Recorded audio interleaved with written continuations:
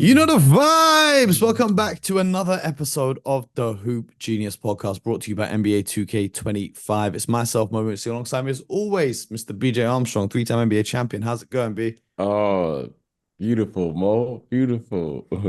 Beautiful. So just doing what I do on Hmm. a Friday. It's a And Friday. I ain't got no yes, it job. is. I ain't got nothing to do. So guess what? I'm gonna do a damn podcast. All right. So That's pretty funny. so the record is now 8-3. Because I picked the Grizzlies to win last night and they absolutely decimated the Milwaukee Bucks. I feel like we need to talk a little bit about the Milwaukee Bucks. Yeah, We've yeah, we've we talked do. about them before and how their roster is older and it doesn't fit and they're still missing Khris Yeah. Middleton. But something that's crazy to me, I don't really pay too much attention to plus minus numbers. But when you look at the starting lineup of the Milwaukee Bucks last night, who lost 122 to 99 against the Grizzlies team, who have about 7 players on the injury list, right? No Mhm. Desmond Bain, no Marcus Smart, so on and so forth. The Bucks, their starters. Here's the starters, right? Damian Lillard in 33 minutes was minus 29. Gary Trent Jr. was minus 23. Brook Lopez was minus 35. And Torian Prince was minus 22. Only Giannis was a net negative 0 in minutes he was on the court. Right. Then off the bench, Dylan Wright was plus 10. Andre Jackson Jr. was plus 8. But everyone else was a negative impact on the court whilst they were playing. How long until Giannis decides or realizes, not even decides, he realizes that this team is not a championship caliber team and he decides to leave Milwaukee and go elsewhere? It's what are we talking about? 4 or 5 games now? Is that what we're talking? Yeah, Is four that or what five we're games, but you discussing? also factor in everything that's happened since basically January. So it's been 12 months. Yeah, I'm trying to find. Maybe you can find the stat while you find the what is it the comment that was made by Giannis, I believe after the Boston game, stating about what is the identity of this team, and I thought that was very early in the season. It was like after the second or third game or something that Right Giannis now, said. right now we don't have an identity. How are we going to win the game? Are we going to defend 48 minutes? Are we going to move the ball for 48 minutes? Are we going to attack? We've got to find an identity. We don't have one right now. I thought, okay, you went through training camp. We all know that there was a change of the coaching staff halfway. Was it even halfway during the year? I No, mean, it they was like changed the January, right? January. They And they were changed the coaching pretty staff. good before they changed coaches. It was Yeah, a they were big like, surprise that they did that. yeah, they were like in second place. They've changed their roster. They've traded players. They've done all of these things. And then Giannis says, "Your best player, this is your best player," says, "We don't have an identity." Now, I read that, I read that quote and I thought, we have a problem. If we don't have an identity and you have a former MVP, a former defensive player of the year saying this Former after like the champion. former champion, first team All NBA, everything above, saying this, I thought, okay, we have a problem now. And you know me, Mo, I don't push the panic button often, but I thought this was a fascinating, remark after like literally, I think it was the second game of the year or third game. One of those. But it was early enough for me to say, wow, that was quick. Now, I don't know what they're going to do, Mo, but it's only logical for me to understand why you would say something like that, how long before, and begin to ask those questions. I like to solve problems. That's kind of my personality. I see a problem, I like to solve it. Quitting is just not a that's it's not in my makeup. I don't quit. I don't run from, you know, situation. Oh, trade me. No, no, this is my deal. This is how I operate. So, but what it looks like to me, they need to retool this thing. And that's what it looks like to me. Now, what we're saying is what he's basically saying, just based on the comments, and I don't know this, right? Because I'm a Doc Rivers guy. Doc Yes, Rivers, I'm aware, but I'm not seeing why right now. yeah. This looks Historically, like maybe, yeah, but right now, definitely not. this looks like okay.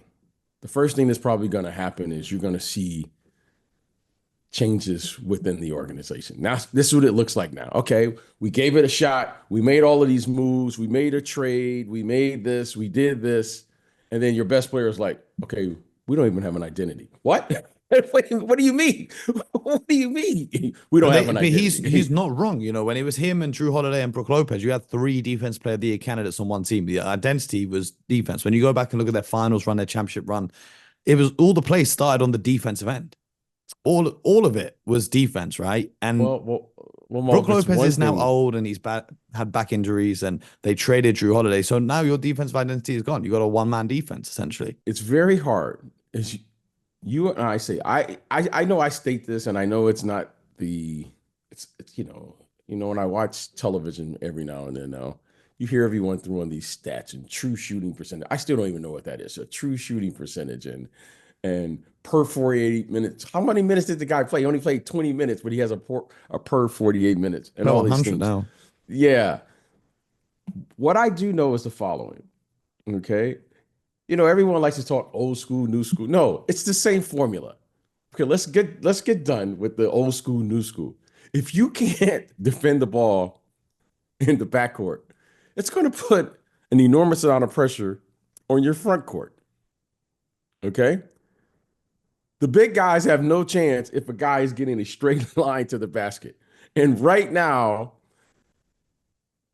that's what's happening in Milwaukee. Well, you knew what you signed up for when you traded for Damian Lillard because I've never looked at him as a good defender. Well, okay, exactly. So if you knew that, if you said, "Well, we're going to look for a guy who could maybe provide a little bit more offense, and then we're going to be lacking more defense," then you're going to have to we're going to have to figure that out. Why? Because we know what wins. Everyone's talking about these 3-point shooting and all of this stuff, and we're making I just saw Anthony Edwards is shooting more threes now than James Harden. And we're talking about all of that, but you know who's winning in this league? Drew Holiday again, and Derek White. Okay, that's what wins, people. So if we want to win in this league, OKC, you're probably going to defend. You have to defend. That's how this works. This isn't a new formula. I know you have fancy new titles and things to distract you from the formula. Well, But I just think I don't even think that. I just think offense is easier to talk about than defense. But when you look at it, doesn't matter how many threes Anti Edwards want to shoot because the Wolves have a good defense. It doesn't matter how many threes the Celtics want to shoot because they have a great defense.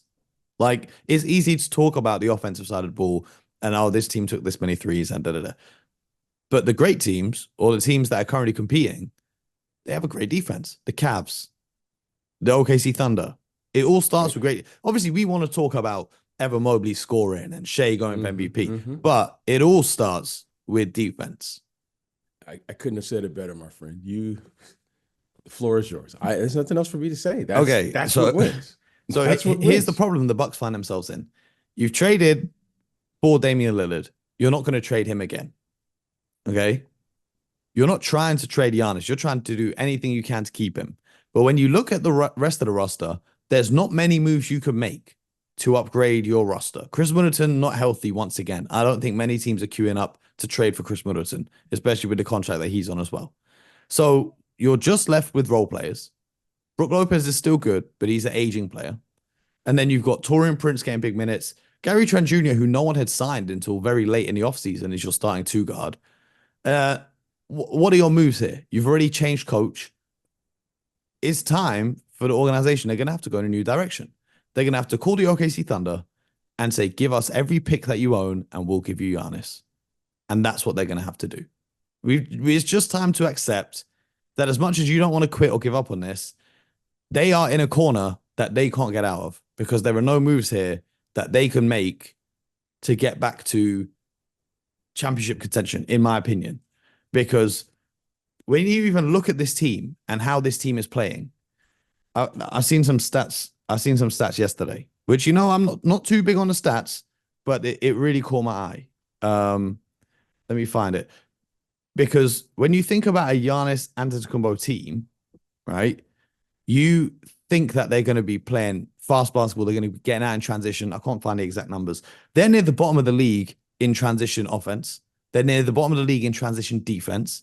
They're near the bottom of the league in drives created. And as great as Giannis is, and we praise him all the time, he's not the best screener in the world, which is why you think the theory of a Dame and Giannis pick and roll is great in theory. But in actuality, you look at Damian Lillard, he probably prefers it when Brook Lopez is being used as a screener because he's a stronger screen. When you look at Giannis playing, if he's not directly involved in the offensive action, there's not much that you can do. So this team hasn't even been built around your best player. So the offense that you're running and the style of play that you're playing is not complementary to your best player, because if you've got Giannis, who's one of the best fast break players we've ever seen in basketball, you have to have a good defense, because where do you get a fast break from? You have to play great defense, force the opponents into a miss, or turn the ball over, and then you can get out there and run. But if you can't do that, then Giannis's talents are being wasted, because he's at his best when he's in the open court. He's not the world's best half-court player. He can do it. We've seen him do it. But we've seen him at his best when he can get the ball, take 2 dribbles to get down an entire 94 feet court and dunk the ball on the other end. But if you're not getting stops and you're taking the ball out of your own basket every time, you're not going to maximize his skill set. So I don't see any moves right now that the Milwaukee Bucks can make that will fix this predicament that they find themselves in. You change the coach once. If you change the coach again, I don't know if ownership and the front office want to take that. It's a lot of ego that goes into these things and say, hey, we got the wrong coach. We're going to change it again. I don't think that's going to happen. I don't think they're trading for Damian Lillard only to move him on. And then who else on their roster has got trade value? I think the Milwaukee Bucks championship window is over. And that's it. Well, you made very valid points. But I will say this. In their defense, Khris Middleton is a very big part of this championship caliber team. I mean, he was a big component. In particular, I vividly recall that Atlanta series where Giannis injured his leg, and Khris Middleton was able to carry the team and continue to propel this thing and move it forward. Absolutely. But Khris BJ, Middleton. that was 3 years ago, 4 years ago. Was it 3 or 4 years ago? Khris Middleton, as of today, is still not cleared for 5-on-5 as he recovers from his ankle surgery. This is my only hesitation with saying what you're saying is because they are down an all-star. And he has been out for now at least the last 2 years. He hasn't been consistent. So in all of this chaos right now, arguably their second best player has been out. And that's really hard to do. Giannis has been best out. Player. Because I don't think you can make a case that Khris is better than Dame or Giannis. I will say your second best player. Khris Middleton. Is he better than Dame? Is that what you're saying? Khris Middleton, I would argue, was the second best player when they won a championship. You got to do it. Don't remember, no more. You got to show me. You can't just tell me how good you are. You got to show me. Khris Middleton has won a championship. And he was, in my mind, he was clearly, okay. And you can even make the argument that Jrue Holiday, you can argue either one, because as good as Khris Middleton was on the offensive end, some nights, you could say that Jrue Holiday was just as valuable on the defensive end. So I'm not arguing their contributions. I'm just saying. But right now, today, if everyone's healthy, I'm saying Khris rank Middleton. their 3 best players. I'm saying I'll tell you why. Giannis, without question, because he can dominate on both sides of the ball. I'm asking Damian Lillard to do something which I know he's not the elite. He's not in the elite category. I'm asking him to initiate an offense. You hear me say this all the time, Mo.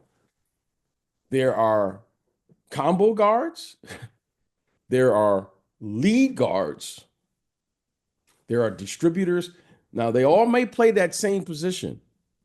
I'm using Steph Curry because he is some type of combo guard who plays both guard positions in a 48-minute game. Right now, I don't see another lead guard for the Milwaukee Bucks that will alleviate Damian Lillard from the ball handling position. I No, don't see that. no, yeah. I don't see that. Okay, so how many I sit here and I tell you and people all the time, if you have a great player in today's game, he must be some type of hybrid player because the game now, I don't know if the coaches are advocating this. I don't know if the players, this is how they train. I don't know. They say they're skilled in all these things, but what I do know is they can't dominate from one position anymore. They have to, they shoot threes, then they drive to the basket a little bit, then you drive and kick them a little bit, then you put them on there, and then they start passing a little bit. They're hybrid players. Damian Lillard is one thing I know Damian Lillard can do. He can score the basketball. That's what he does. Now I'm asking him to do something. Last night, Dame was 1 of 12, 0 from 6 from 3. He had 6 assists, I guess. But that's one thing I know. The basketball, but but what I do know is when you just watch Steph Curry. Yeah. Just watch Steph Curry. Just like if you take Steph Curry in the Olympics, who was the point guard on the team though? LeBron. There you go. It's a simple fix to me. Let's just call Dame what does Dame do? Dame scores the basketball. So why am I asking Dame to initiate the offense? Why am I asking Dame to guard Ja Morant? Why am I asking Dame? No, this is not happening. That's not what Dame is a very unique player in today's game. If you look at yesterday's game, because these players aren't like the point guard position probably doesn't exist anymore because they all score now. Yeah, well, CP3 had an insane game, but we'll talk about that another day. Yeah, you can talk. CP3 is probably a throwback player. Yeah, well, he's in year 19. Like he's not a current player. Do you know what I mean? It's insane that he's still doing this. He was 19 points, 7 rebounds, 10 assists, 2 steals, just 1 turnover, and just 2 fouls with a plus minus of plus 37 in 32 minutes. Okay, CP3 can initiate and run a team. That's what he does. Like now, the scoring is just a bonus for him. But what do you know CP3 is going to do every night is he's going to manage time and score. That's a lost art in the game. And he's going to get his teammates in the right positions to do what they do best. But anyway, back to what we were saying. Even when Khris Middleton comes back healthy, that doesn't solve the problems with this team because you're going to play him at a 3. So he's going to take minutes away from Taurean Prince, who right now I think is leading the team in minutes. That's cool. But that's not helping your point of attack defense. That's not covering up for the fact that Dame Lillard, and we'll put this simply and honestly, can't guard anyone. Mo, there was a reason last year they picked up Pat Bev late. I mean, Mo, they're telling you who they are. This isn't me. Mo, I love scorers. I love scorers at the lead guard position. I love those guards who can score. I always imagine what does it feel like to just come up and shoot a 3? People ask me, would you want to play in today's game? I go, I don't think so because I don't know what that would feel like to just look the other 4 guys off and just pull up from 3. I've never had that. I've never had that experience as a former player. I just look everybody off and just start shooting. Pat Bev was brought on the team because it's a glaring weakness. When you watch other teams play against them, what's the first thing they do? They start attacking Damian Lillard. Yep. Okay. But you can't hide him. Doesn't matter how good the other guard on the court next to him is. Yeah, you can. Yeah, you can. Yes, you can. Yes, you can, Mo. There's other guards in the league. Believe it or not, they can't defend. Let me ask you this though. Let me ask you this. Can you name one guard that starts in the NBA right now that is a worse defender than Damian Lillard? There's no because I better, no can't. worse. Because I think I, even at this point, Trae Young is better defensively than Damian Lillard. okay, that's fine. I'm not here to. What I know is a blow by is a blow by, and I watch guards get blown by every single night. Okay, every single night, every night. I can't recall in my history of the game of watching the game of basketball where I see you every night. No names need. I'm not comparing this guy with this guy. I solve problems. This is the first generation where guys don't even take up their matchup. I'm going to repeat this. You don't see how many times do you see Trae Young and John Morant play against each other? How many times do you see De'Aaron Fox play directly against Jalen Brunson? You don't see these matchups. Everyone's switching. You don't see the other team's guards taking on the other team's guards and saying, that's my matchup. You don't see that anymore. So how can we even make that comparison when no one's guarding anyone? Because everyone's switching all the positions. I just saw last night, they were building the game, Chet Holmgren versus Victor Wembanyama. I didn't see Chet guarding Victor. Did you? Did you see it? I didn't see it. A couple of times. Yeah, a couple of times. I saw Caruso guarding him. I didn't tune in to watch Caruso versus Wembanyama. I didn't. So what you're saying, Mo, I hear you, but I don't see that anymore. Okay. I love matchups. I love it when this guy is playing against that guy on both sides of the ball, and let's see what it is. But you don't see that anymore. So I can't say who's a better defender. But here's the thing, right? Here's the thing. Even with teams switching and whatnot, Dame is a bad defender. Even off the ball, he looks lost. There's oftentimes he's just standing around. Like there's been a couple games this season, to his credit, where he's looked like he's making more of an effort. But on the whole, even back in Portland, an atrocious defender. I can't say that. I can't say that because defense is about one thing. Just giving me effort and energy. But this is what I'm saying to you. He's most times I watch him, he's not providing the effort. This is what I'm saying. I don't know. I'm not claiming to know him well, but I'm not allowing any player.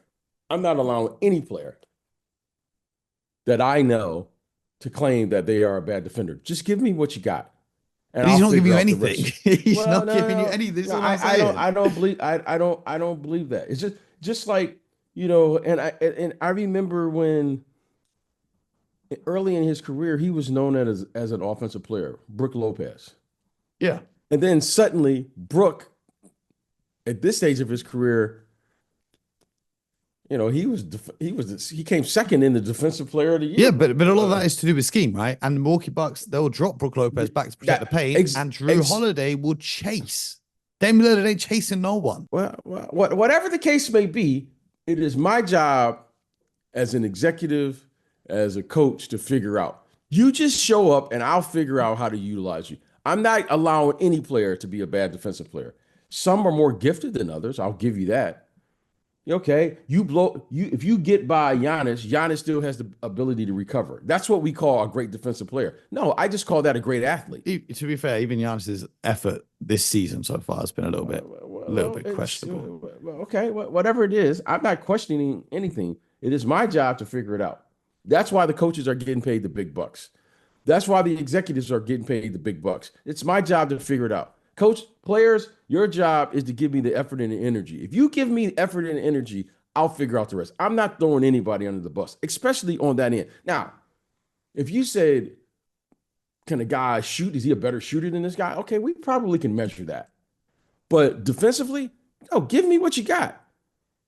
Give me what we're saying the same thing, but you just want to be nice about it. And I'm just telling the truth. I'm not being nice about it. Because I'm telling you, give me what you got. He's not giving you anything at all. Okay, that's fine. And if you want to measure defense, if you took all 30 starting point guards in the NBA, all 30 of them, and had to put them in order of who you would trust to get you a stop the most, you'd have Drew Holiday, you'd have Jalen Suggs, you'd have Derek White, you'd have whoever. Damian Lillard would be at the back of the line. It'd be him and Trae Young chilling at the back of the line. I can assure you this. If Damian Lillard became available, there will be there would be people, inquiring about him Oh, of because course. that's my point. Of course. Because Why? Because he scores the basketball most nights, unlike last no, night. because He sells tickets. He sells jerseys. there's always someone who thinks I can do it better. It's always. Yeah. I'm from the belief, I am from the cloth of the following. Just give me your effort.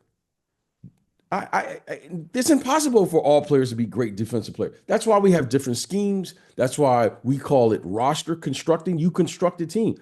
There are a lot of teams now that are constructed, believe it or not, where they know their point guard is not a good defender. So they pair him up with another guard who's capable of guarding the other team's point guard to cover that up. Mo, that's why they call it a team. Believe it or not, Mo, everyone can't be good at everything. So I'm not concerned about how it may look that night. Okay. He can't guard De'Aaron Fox. I don't see anybody who can guard De'Aaron Fox. I don't see anyone who can guard John Morant. I haven't seen anyone stand in front of him his entire career. So is everybody in the league a bad defensive player? Okay, name someone Damian Lillard can guard. Okay. Name somebody who can stand in front of John Morant. Name somebody who can stand in front of John Morant. No, but it's not about that, is it? Name someone that can stay in front of John Morant. Name someone who can stay in front of De'Aaron Fox. No, because you're talking about the elite of the elite. I'm saying name any player in the NBA, name anyone that Damian Lillard can guard. Mo. That should be easier to ask. Mo, I'm not. Damian Lillard plays at that position. He plays at a position where speed and quickness is at an advantage. Who can guard anybody in today's game? You can't even touch him. We're not going to sit here and say that no one can guard anymore because we just literally 2 days ago talked about how good certain guards are at defending in the NBA right now. If you're telling me, name someone who can stay in front of Luka. Name someone who can guard. No one can guard anybody. No one can guard the all-star caliber players that you're naming. Okay. But there are guys who can play on his defense and that aren't a liability. I happen to respect. I don't care if you're the 15th guy on the team. You can do something. See, that to me is and I love speaking to guys after their rookie year because when you come into the league, you're saying, well, who you want to be? I want to be a superstar. Or who am I? I love this question. It's such a setup question. Who are you most looking forward to playing against? And then they start naming all of LeBron, KD. And then you suddenly recognize, oh, those guys coming off the bench are really really good. People don't know. Being in the NBA is like top 0.0001% of people in the world, right? And all of these, there are guys, believe it or not, that are sitting on the bench who are going to be all-stars at some point. Okay? Guys who like Fred VanVleet and these guys who are, didn't get drafted or second-round picks or all these things. There are great players all around this league. Absolutely. A lot of times. So all I'm saying is this. If you want to say that, okay, that's fine. I just respect Damian Lillard because I know Dame is capable at any given moment of having a 40-point game and everyone starts saying this, that, and whatever. And I know there is a way to make sure that what he doesn't do well, maybe he doesn't defend as well as Marcus Smart and Drew Holiday and all those guys. Okay, that's fair. There's no maybe about it. But I know Marcus Smart and Drew Holiday can't do what he can do. That's what I am 1,000% sure on. Okay, name me a player where he has it all. I've never seen that player. Okay, but here's the difference. What Marcus Smart and Drew Holiday can do best is necessary as it pertains to winning a championship.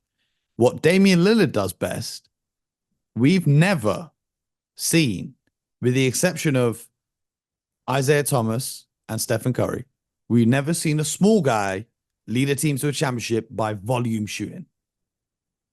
We've never even seen small guys lead teams to championships. When you look at how championship teams are constructed, they play through the forwards and the bigs. Okay. So this team has to run through Giannis. And there's a reason why Portland were never successful when Dame was their number one player. Okay. So if you're not going to be scoring at that level, you've got to contribute in other areas of the game as well to make up for it. And Okay, he's not so this is contributing in 50%. And it's not just Dame that's the problem in Milwaukee. Bobby Portis has been pretty bad as well. And there's a whole multitude of problems. well, But all I'm saying is that it's a liability on a defensive end, well, this which is is the thing that you started off this entire episode by saying. okay. That's fine. Yeah, hey, you can interpret the words however you want to interpret them. Okay, so I'm gonna let Mo have his words of what he understands, and then I'll move on. This is great. Since I am from that era, right, and I happen to be from Detroit, I was able to watch Isaiah Thomas's entire career, starting back in high school when he was in Chicago. And then he goes to Indiana, and then he gets drafted by Detroit. So much so that I can say this because it's true. Isaiah Thomas was the first little guy that they actually built a team around on both sides of the ball. He was the first. He was the first one, not the second one, not the third one. He's the first one, and he's the only one where they built a team around him on both sides of the ball. The team took on his personality. They built a team around him. He was unequivocally the leader of the team. He was the one who organized the game. He managed the game. He distributed the game. And at key moments during the game, he would get off of the ball and then he would become the scorer. He was, if anything, he was Allen Iverson before Allen Iverson. Except he decided that in the best interest of the team, for him to do a variety of things instead of just doing the one thing which he was probably best at, which was scoring the basketball. If you just allowed him to go around and score, okay, he would have averaged somewhere near 30 points a night because he could do that. He was that good. Now people say Steph Curry. When I watched Steph Curry, I said, oh, the way the game is played today, because we all know that, Mo, we say this all the time. When the playoffs begin, the game is going to slow down. It's going to get more organized. That's not Steph Curry's personality. We don't throw the ball to Steph Curry and just say, go get us a bucket. No. We start running actions. We run things to play, to take advantage of the way the game is played. And as long as the game is played at that pace, then Steph Curry is not one of, he is perhaps the best player to play as long as the game is played at that pace, because he's impossible to defend as long as there's ball movement and player movement. But you wouldn't say Steph Curry is one of the best when you just got to throw on the ball a la Kyrie Irving or a la Kevin you know Durant what I would or say? a la Luka. No, I know what you were saying, but you got to know what it is before you can just say it, because you can't be irresponsible in saying things. No. You can't be irresponsible. This is what I'm saying. So Isaiah I Thomas. would argue, but I would say this. Okay. I would say this, and then you can have it. I would say this. There's always an anomaly. Steph Curry is an anomaly in the matrix. He's an anomaly. You can't say all, but what you can say, Steph Curry is the lead player. He's the best player on that team. But there were other players who had just as important of a role in certain areas. Klay Thompson, for instance, always defended the other team's best perimeter player, regardless of position. That's a fact. Draymond Green was a very unique player for that team. Andre Iguodala was a very unique player on those teams. I'm not saying one was better than the other. The best player was Steph Curry. But you can argue that there were other players because they had to do other things that was at an elite level. Not at Klay Thompson was guarding all of the other team's elite players. The rest of this roster, the rest of this Bucks roster is nowhere near the caliber of those Warriors rosters, right? But here's the point that I'm making. Isaiah Thomas gave you maximum effort on the defense side of the basketball. We were in the building for the finals, and what do we both say about Steph Curry in the 2022 finals? Was how much of a more effort he was making on the defensive side of the basketball. That's all I'm asking for. It's the same thing you're asking for. You say give me what you got. I'm saying we just need to see some level of effort, and then we can try and figure out the rest of this. Mo, what I'm saying is the following. Just because you're giving me effort, when you play in the NBA, I used to love the coaches to say, hey, you're playing hard, baby, but you're hurting the team. Just because you're playing hard and you're giving me effort doesn't mean that I'm not going to take you out of the game. That's the very least you can do. Okay. What I'm saying is the following. There are a lot of things that take place. Dame could be hurt. We don't know this. He could be. There could be a lapse in the defense rotation. Could be. Maybe right now they're just playing a bad brand of basketball. Could be. Maybe right now they're just not very good. Could be. I don't know. But what I do know is that Damian Lillard is an elite level player. And that for whatever the reason is right now, that I'm not going to say he's a bad this or he's the no, we can't say that. We can't just disrespect because we don't know. We're not there. We're not in practice. Maybe there's a misunderstanding. Maybe right now, who knows, whatever the case may be. I don't know. But what I will say is that you made out the point, which I've been stating from the get-go. I'm not going to allow anyone to be bad in my class. Yeah. Okay. In my class. You're going to get an A in my class. And I'm going to say, okay, Mo can't defend De'Aaron Fox. I'll get two flagrants. Okay. Mo can't defend De'Aaron Fox. That's fair. Advantage De'Aaron Fox. But we're going to figure out something where Mo can play in that game. And everybody's going to be like, when I watched Roddy the other night, I go, this guy scored like 18, 19 points the other night in the game. I was like, that's a heck of an achievement. That's a heck of you don't have to be elite at everything to play in this league. But what you do have to do is you got to be able to figure out what you can and can't do. And right now, I know this about an elite player like Damian Lillard. He can do something. We could talk about the Bucks all day, but what we have to talk about before we get out of here is tonight's games. And let's give our predictions. So we're starting off with the Celtics at the Hornets. Who you got? Celtics. I think the Hornets could steal it, but who knows?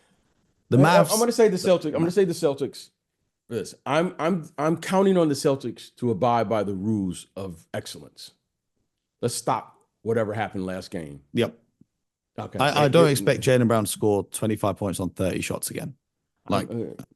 I'm expecting them to say, okay, if you are a great player, great team, let's stop the losing streak as quickly as we possibly can. That's the rules of a good team. Yeah. All right.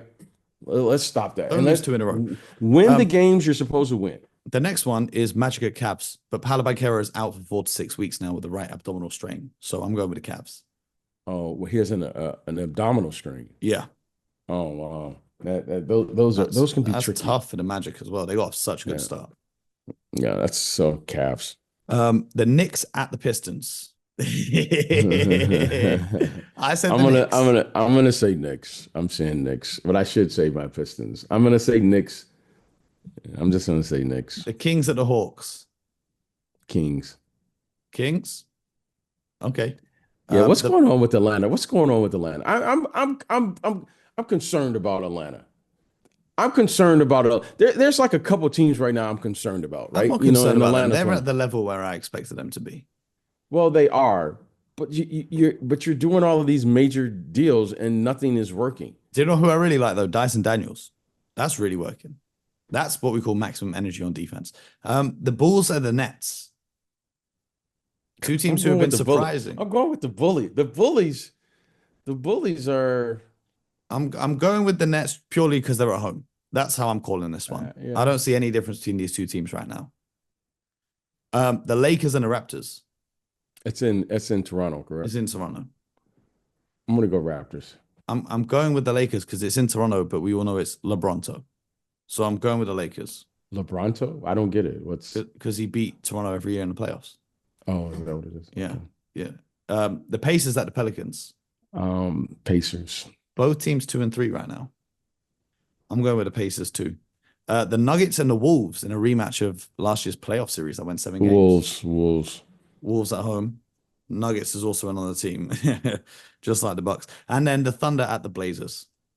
Thunder. Yeah, easily done. Easily done. Well, BJ and I will be back on Monday with Scott as well to discuss this weekend's action. So subscribe to the show, YouTube, Spotify, Apple, wherever you get your podcast from. Join the Discord as well. It's a link below in the show description. And until next time, get buckets.